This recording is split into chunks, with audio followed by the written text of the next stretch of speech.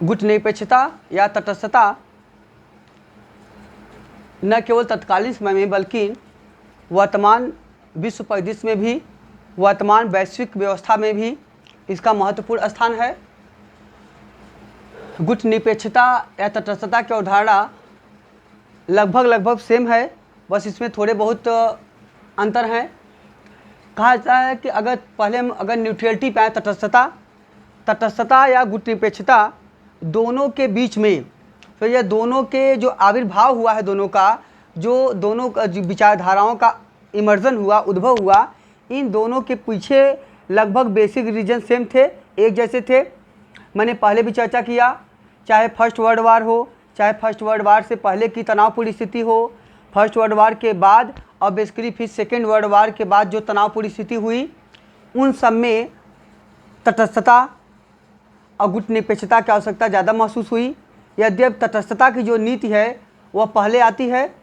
तटस्थता की नीति का तात्पर्य है कि जब वैश्विक व्यवस्था में जब कोई तनावपूर्ण स्थिति होती है, या जब दो पक्ष या दो से अधिक पक्ष अन्य देशों को अपनी तरफ आकर्षित करते हैं, या अन्य देशों को किसी कारण विशेष, किसी पर्टिकुलर रीजन से किसी देश को नीचा दिखाने के लिए, किसी देश की अर्थव्यवस्था को चौपट करने के लिए, किसी देश के संसाधनों तक अपनी पहुंच बनाने के लिए, एक प्रकार से नकारात्मक प्रवृत्ति से जब किसी देश तक अपनी पहुंच बनाने का प्रयास करते हैं और इसके माध्यम से विभिन्न संधि समझौता आदि करते हैं, तो ऐसी परिस्थिति में विश्व की व्यवस्था, मैंने पहले चर्चा किया, तनावपूर्ण हो जाती है।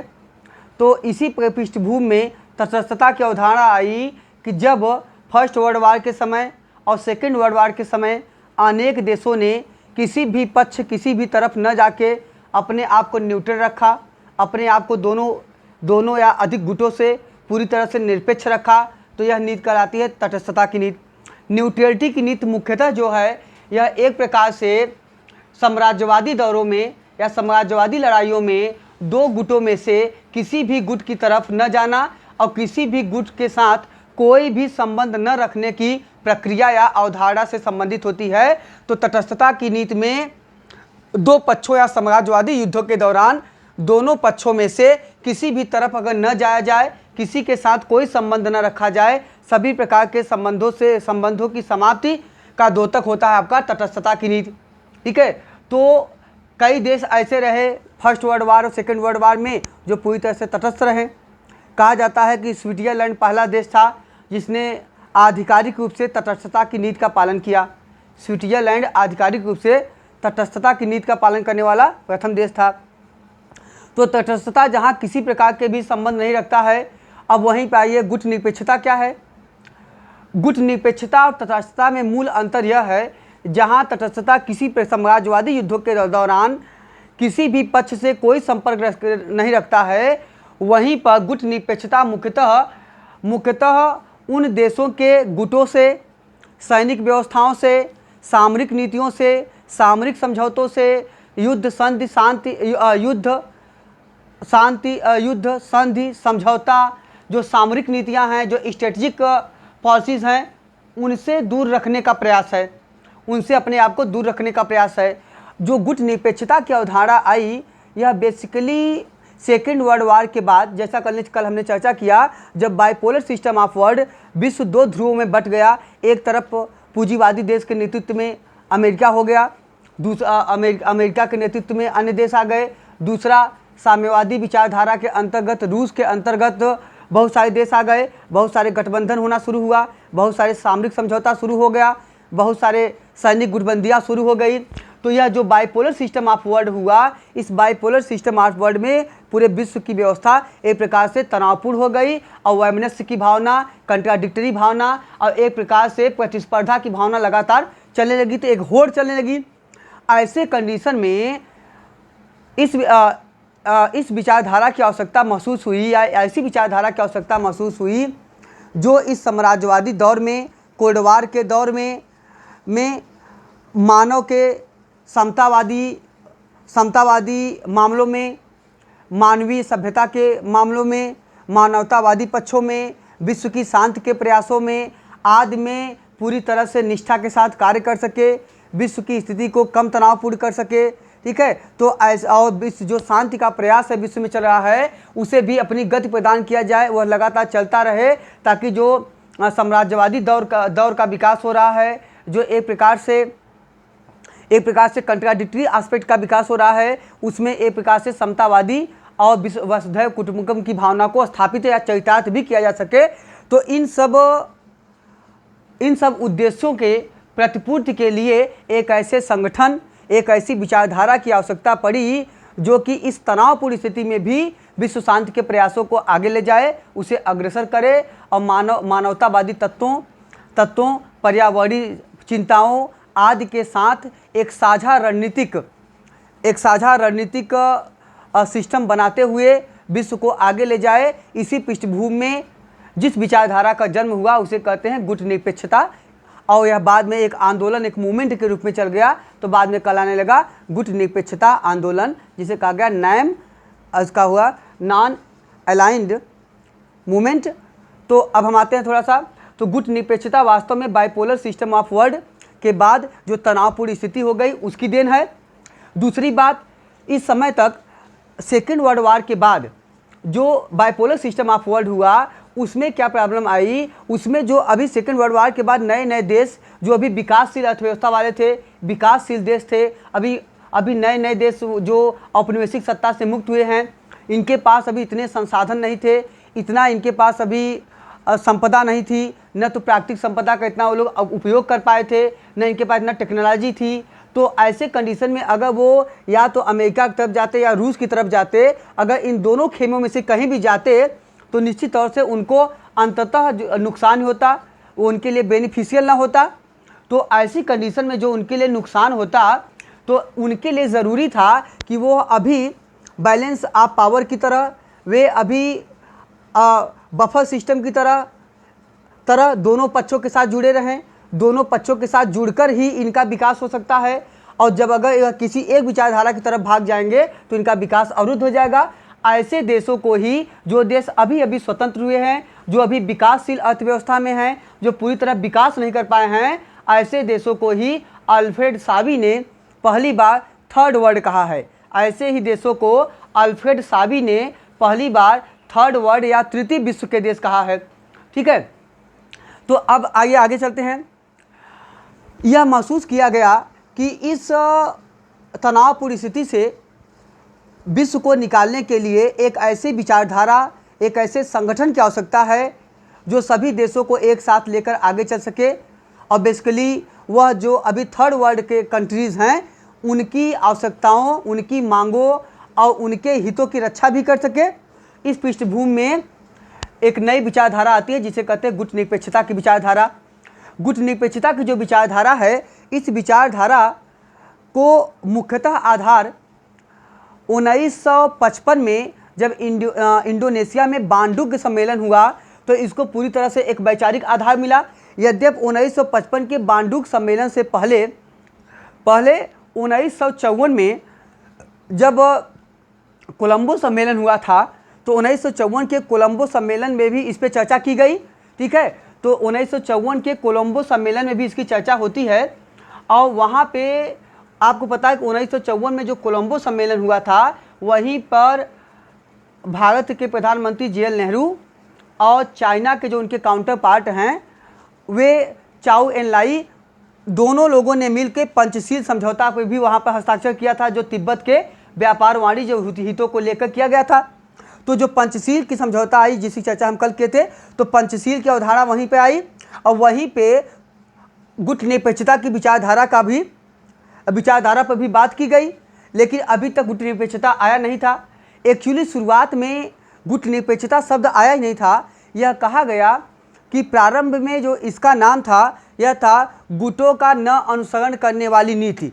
गुटों का अनुसरण न करने वाली नीति मतलब ऐसे लोग या ऐसी विचारधारा जो किसी एक गुट में न जाए, किसी एक खेमे में न जाए, वह विचारधारा क्या कराती थी? गुटों का अनुसरण न करने वाली नीति, ठीक है। तो प्रारंभ में यही था। बाद में कहा जाता है कि गुटनिरपेक्षता शब्द का पहली बार प्रयोग माइकल ब्रेशर कहते हैं कि गुटनिरपेक्षता शब्द का पहली बार प्रयोग BP मेनन ने यूएनओ संयुक्त राष्ट्र संघ में किया था। बीपी मेनन ने संयुक्त राष्ट्र संघ में किया था।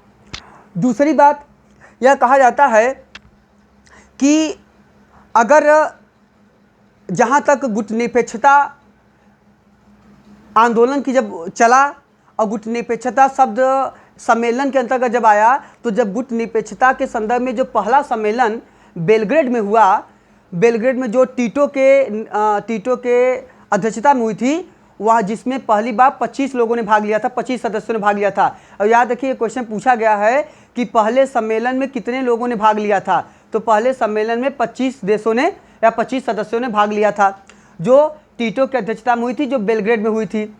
जो बेलग्रेड में हुआ था, ठीक है, जो पहला यहाँ पे पहली बार गुटनिरपेक्षता शब्द आता है, ठीक है, याद रखिए वहाँ पे पहली बार गुटनिरपेक्षता का प्रयोग किया जाता है, ठीक है।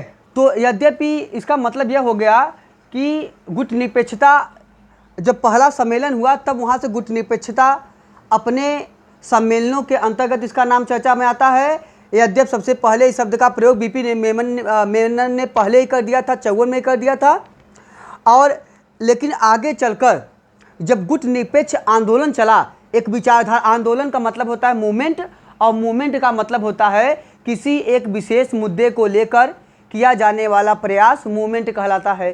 किसी एक विशेष मुद्दे को लेकर उसे प्राप्त करने के लिए किया जाने वाला जो प्रयास होता है उसे कहते हैं आंदोलन या मूवमेंट। जैसे गांधी जी का नमक सत्याग्रह आंदोलन, गांधी जी का खेड़ा आंदोलन, अन्ना हजारे का लोकपाल आंदोलन, ये सब क्या है, या किसान आंदोलन एमएसपी वाला, तो ये सब किसी एक मुद्दे को लेकर किया जाता है। तो किसी एक मुद्दे, बेसिकली किसी राजनीतिक मुद्दे को लेकर किया गया प्रयास वह आंदोलन कहलाता है, मूवमेंट कहलाता है। अब ऐसी कंडीशन में आगे समझिएगा कि पंचशील शब्द का नेहरू ने पहली बार प्रयोग 1954 में कोलंबो में किया है, जबकि बीपी मेनन ने उनसे पहले ही यूएनओ में इस शब्द का पहली बार प्रयोग कर दिया था। जिसका उल्लेख कौन कर रहा है, जिसका उल्लेख कर रहे हैं माइकल ब्रेसर, जिसका उल्लेख किए हैं माइकल ब्रेसर, ठीक है। और तो पहली बार शब्द पूछेगा तो आपका आंसर होगा बीपी मेनन। लेकिन आज फिर याद रखिएगा, अगर पूछे गुटनिरपेक्ष आंदोलन शब्द का पहली बार प्रयोग कब हुआ, तो ये गुटनिरपेक्षता शब्द है। आंदोलन जब पूछेगा तो इसका पहली बार प्रयोग हुआ है जब 1976 में गुटनिरपेक्षता का अगला सम्मेलन जब हुआ, तो उसी सम्मेलन में 1976 के सम्मेलन में इसे गुटनिरपेक्ष आंदोलन के रूप में, इसे गुटनिरपेक्ष आंदोलन के रूप में प्रचारित किया गया। तो गुटनिरपेक्ष आंदोलन आपका कब आता है, 1976 से, ठीक है। गुटनिरपेक्ष आंदोलन शब्द 1976 से आता है। आंदोलन 76 में आया है, शब्द आया है 1954 में। लेकिन गुटनिरपेक्षता का पहली बार सम्मेलन जो हुआ है वह 1961 में हुआ है। और इस आधार पे अगर पूछा जाए कि आधिकारिक रूप से गुटनिरपेक्षता शब्द जो आया है तो 1961 के पहले सम्मेलन में आया है, याद रखिएगा। लेकिन पहली बार शब्द का प्रयोग पूछेगा तो बीपी मेनन हो जाएंगे, और आंदोलन शब्द पूछेगा तो 1976 में हो जाए, इस शब्द का पहली बार प्रयोग किया गया है। तो कुल मिला के एक विचारधारा के रूप में गुटनिरपेक्षता आगे बढ़ती है, और एक विचारधारा के रूप में जब यह आगे बढ़ती है तो बाद में गुटनिरपेक्षता के संदर्भ में 1962 में जब श्रीलंका के तत्कालीन राष्ट्रपति माओ भंडारनायके थे, उन्होंने कोलंबो में एक इसके संदर्भ में प्रस्ताव पेश कराया, उसे कहा गया कोलंबो प्रस्ताव। इसे कहा गया कोलंबो प्रस्ताव आया 1962 में, याद रखिएगा। जबकि गुटनिरपेक्षता पे पहली बातचीत हुई थी वह भी हुई थी कोलंबो में, लेकिन वह हुई थी 1954 में, वह हुई थी 1954 में। यह बात हो रही है 1962 की। इसके बाद समझिएगा गुटनिरपेक्षता के बारे में 1979 में जब हवाना में इसका सम्मेलन हुआ, तो हवाना में फिदेल कास्त्रो ने गुटनिरपेक्षता के उद्देश्यों की पहली बार व्याख्या किया और इसके उद्देश्य निर्धारित किए। तो इसके उद्देश्य कब आए, वह उद्देश्य आया 1979 में, इसके पहले उद्देश्य नहीं आए थे, ठीक है। तो गुटनिरपेक्षता के बारे में या प्रारंभ में यह महत्वपूर्ण विचारधारा रही। आगे समझिएगा, अब गुटनिरपेक्षता जो आंदोलन के रूप में आया या जो विचारधारा विश्व के सापेक्ष आई, सामने आई, उसमें मुख्यतः किसने योगदान दिया, यह क्वेश्चन कई बार पूछा जाता है। गुटनिरपेक्षता मुख्यतः योगदान दिया सबसे पहले जवाहरलाल नेहरू भारत। तो कभी कभी देखिए ये चारों 5 नाम आएंगे और इनके मिलाने के लिए देश का नाम लिखा जाएगा, कहेगा कौन सुमेलित है कौन नहीं। दूसरा आएगा क्वेश्चन आपको ऐसे 4 ऑप्शन देंगे, कहेंगे निम्नलिखित में कौन गुट निरपेक्षता आंदोलन से नहीं जुड़ा हुआ है। तो ये दोनों क्वेश्चन, ये 5 नाम आप ज़रूर याद कीजिएगा, बहुत इंपॉर्टेंट है basically examination point of view से। तो गुट निरपेक्षता में मुख्यतः योगदान किसका किसका है? एक तो है JL नेहरू, जवाहरलाल नेहरू भारत के प्रधानमंत्री। दूसरा है आपका टीटो का, जोसेफ बरोस टीटो यूगोस्लाविया के हैं। तीसरे हैं गमाल अब्दुल नासिर जो मिस्र के हैं। और चौथे हैं घाना के वामे एनक्रुमा जो घाना के हैं। और इंडोनेशिया के अगले हैं सुकार्डो।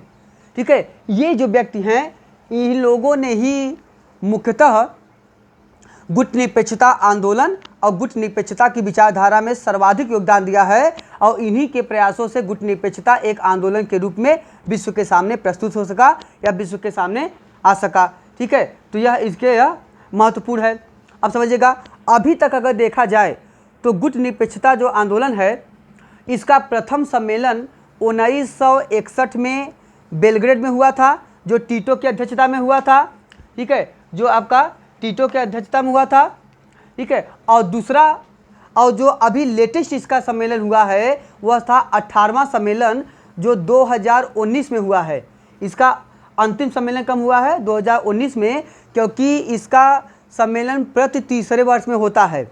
गुट निरपेक्षता का सम्मेलन प्रति तीसरे वर्ष में होता है। जो इसका लेटेस्ट सम्मेलन हुआ है वह सम्मेलन आपका 2019 में हुआ है, जो कि अजरबैजान के बाकू शहर में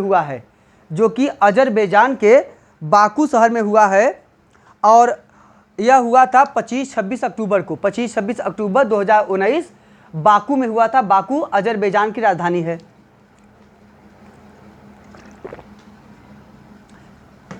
ठीक है, बाकू अजरबैजान की राजधानी है।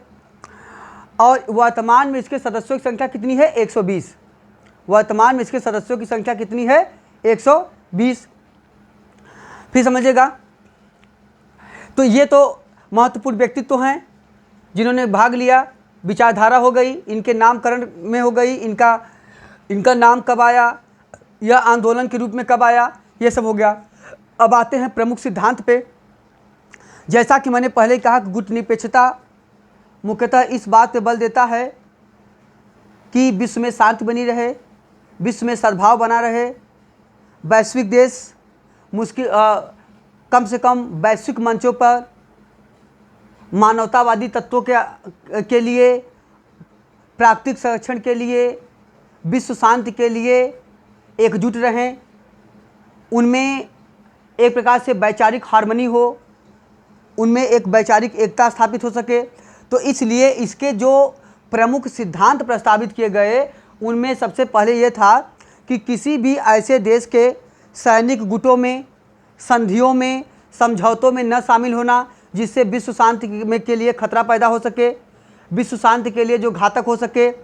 दूसरी बात, इसमें दूसरा सिद्धांत है कि सभी देशों के साथ समान संबंध बनाए रखना। इसमें सभी पक्षों के साथ संबंध बनाने की बात होती है। तीसरी बात, साम्राज्यवाद और उपनिवेशवाद को समाप्त करने का प्रयास करना। साम्राज्यवाद और उपनिवेशवाद को समाप्त करने का प्रयास करना। अगला, निरस्त्रीकरण करना।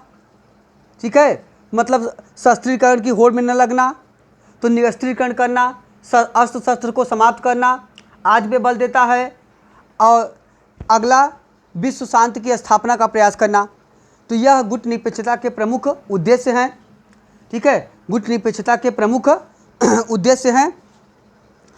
गुट निरपेक्षता के जहाँ तक महत्व की बात है, यद्यपि एक विचारधारा के रूप में जिन उद्देश्यों को लेकर चला था वह उद्देश्य बहुत ही हाली थे, पवित्र थे, वे बहुत ही रेलेवेंट थे, प्रासंगिक थे। और वह वर्तमान विश्व में, वर्तमान परिदृश्य में भी इनकी आवश्यकता और ज़्यादा प्रासंगिक हो जाती है, इनका महत्व भी अधिक बढ़ जाता है।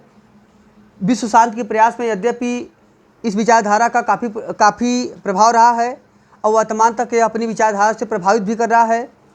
ठीक है, लेकिन आज भी यह पूरी तरह से इसलिए सफल नहीं हो पा रहा है जैसे कि विश्व शांति के प्रयासों में जैसे आप पढ़ते होंगे लीग ऑफ नेशंस की स्थापना, राष्ट्र लीग की स्थापना हुई 1919 में।